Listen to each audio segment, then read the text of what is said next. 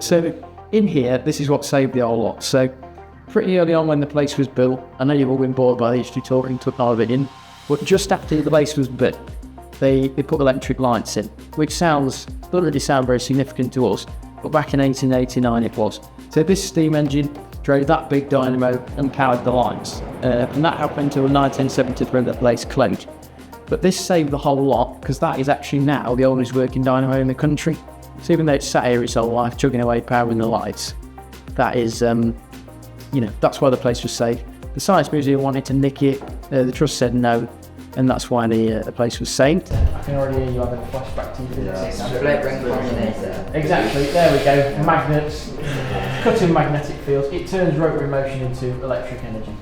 Before we go into the workshop, I'm just going to take a picture. So all the windows are smashed, all the floor's gone rotten, and there's no machine in there. So I'll nip in and see what we've put it back in the Right, so this is our Victorian workshop, built in Iceland, and this was put in basically to maintain all the plant you've seen on site and everything the council owned. So I am told that back in the day the council used to look after things, and they used to look after all their vans, steam engines, ploughs and whatnot here.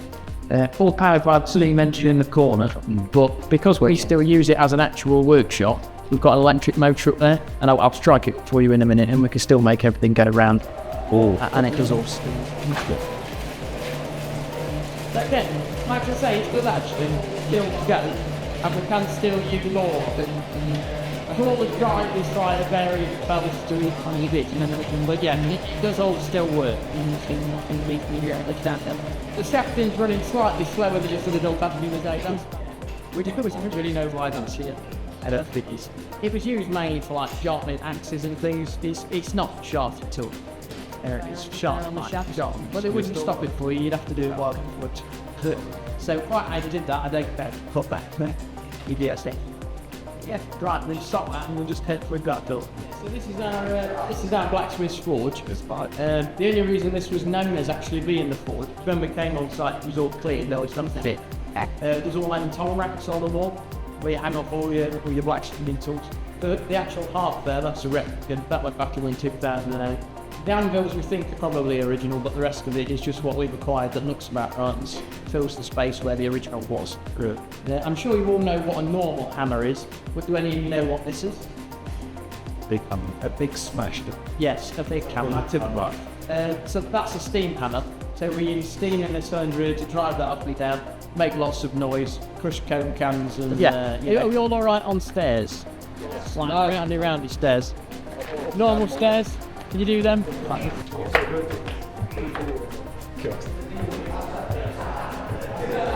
to have a guess how much they weigh? It's 800 kilograms. About the thing was like 1,000 tons to about 100 to about 7. The 24 production weigh 24 tons. These engines are built for Leicester as well. So in 1885, before the outlorries and roads, they had to get them from Leicester. So these engines would pump about 160 gallons of sewage every stroke. So there you go. We'll take the word down and we've got the floor a little bit. If we're all alright, there's no water for them.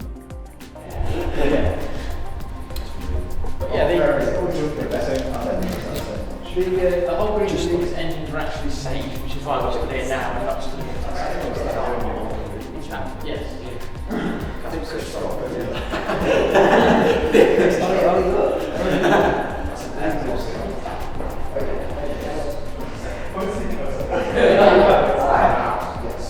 Because that one's brand new. We made that one in 2007. The original was taken out and used as a gate post next door. So that one there is original. Yeah, filled with air by that little engine there. It would run all day and keep those topped up with air. And that's because the pipe that went up to Egginton, if you like, not to get all physicsy and boring, but if you pulsed it, it would burst. So this was all part of cushioning. Oh, I've still got such a break.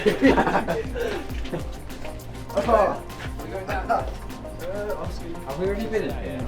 We'll not fit it. So in here, really, apart from the big engines, this is the most important room in the site. So everything in here supplies the boilers next door in some way. So that one behind you, that's a boiler feed pump. So if you don't put water in a boiler, they become a bomb. So it's quite important that you keep them topped up with water. So that's what's that. And in case that one fails, there's another spare one tied. If one fails, like it explodes. No, as in if that pump stops running, you can bring that one in. We do still use both of these when we're in steam. It's just walls, but yeah, that one was made in Burton as well. If any of you know sort of where the train station is, that's like roughly where the factory that made it was. It's booming. And this one here ran 24/7 and fed the coal. So as long as that engine was running, you could keep steam on. It drove that bell, which drives the shaft above your head, just like what's in the workshop. But that would have ran at twice the speed of the workshop. In fact, and kept the coal for years. They guessed I have plenty of steam.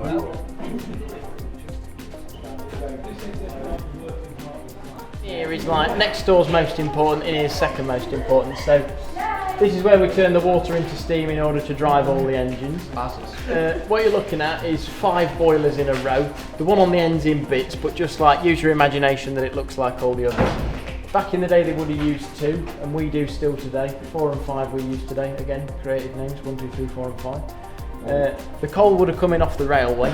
You can see a railway wagon there that we've left in. Would have come in through them big doors. You'd have shoveled it onto the floor, then off the floor out the hoppers. And you'd have got it in those hoppers with a long shovel. So I'll grab one of those so you're tossing it in the hoppers like that. So the hoppers last about 20 minutes each. And take about 5 minutes to fill. And if you work out you've got 4 boilers, and even my maths is shite, but 5 times 4, you're not getting a lot of rest in your 8-hour shift. Yeah, 20 minutes. Alright, by the time you've done that one then. Exactly. So yeah, and one of the original boiler men is still with us. He's 92 years old and he can still shovel faster than most doors. Slightly embarrassing when a man hands you his walking stick and then shovels that, then you can. Any questions, or are we all enjoying? Enjoying it. Right, so No, you know earlier on I said the apprentices were always oiling and greasing up the line section in the workshop while it was running. Their other jobs would have been fluing out boilers. You'd have been climbing through that hole there with your little chipping hammer, sorting out the boiler ticker. And when you'd finished in the water side, you'd have to hop through the side flute and do the ash side. So yeah, there was a lot of incredibly grim jobs. You have a look if we hear this. yeah, that's it. Yeah, push go up. Big our heads. It's not actually that hard to get through there. Can you fit? Yeah. Where you head up in the day, you've got 3 of those through on Monday, Wednesday and Friday, and 2 wagons up line.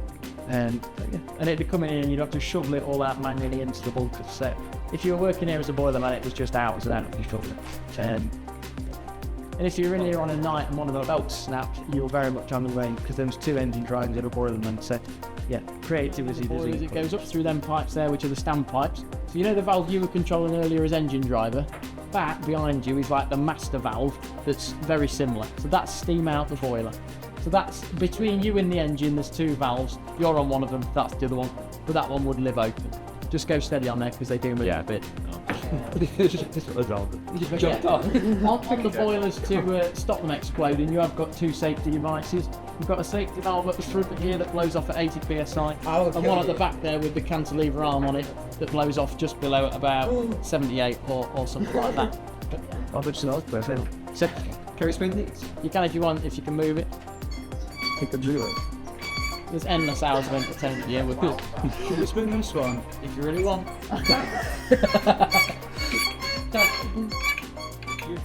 Two economisers. So we've got one on the left, one on the right.